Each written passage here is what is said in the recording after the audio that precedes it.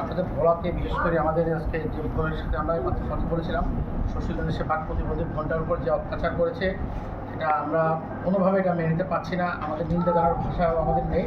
আমরা ঢাকা থেকে বাংলাদেশ হিন্দু বৌদ্ধ খ্রিস্টান ঐক্য পরিষদের অঙ্গ সংগঠন বাংলাদেশ যুব ঐক্য পরিষদের পক্ষ থেকে আমরা এসেছি এবং আমাদের সাথে আমাদের বাংলাদেশ পূজা উদযাপন পরিষদ ঢাকেশ্বরী জাতীয় মন্দিরের পক্ষ থেকে আমরা তাদের পরিবারের প্রতি সহানুভূতি জানানোর জন্য আমরা এখানে এসেছি।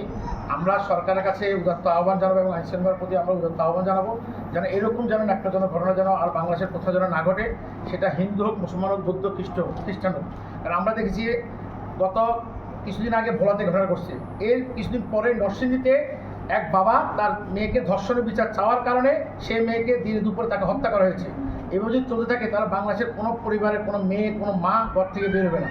তাই আমরা আশা করবো নতুন সরকারের কাছে যারা ক্ষমতা আসছে তারা যেন এই সকল দুষ্কৃতিকারী যারা অপরাধী যারা আছে তাদেরকে যেন অতি দ্রুত আইনের আওতায় এনে যেন দৃষ্টান্তমূলক শাস্তির ব্যবস্থা করা হয়, এটা আমরা যুব ঐক্য পরিষদ থেকে আমরা দাবি করছি। আমি শিমুল শাহ, বাংলাদেশ যুব ঐক্য পরিষদের সভাপতি। আমার সাথে আছে আমার ভারপ্রাপ্ত সাধারণ সম্পাদক অ্যাডভোকেট পলাশ নাগ, আমার যুগ্ম সাধারণ সম্পাদক আছে শ্যামল কুণ্ডু, আমার তথ্য সম্পাদক আছে সুজিত ঘোষ, আমার সাথে আছে আমার কেন্দ্রীয় কমিটির সদস্য দেবাশিস রায়। Thank you.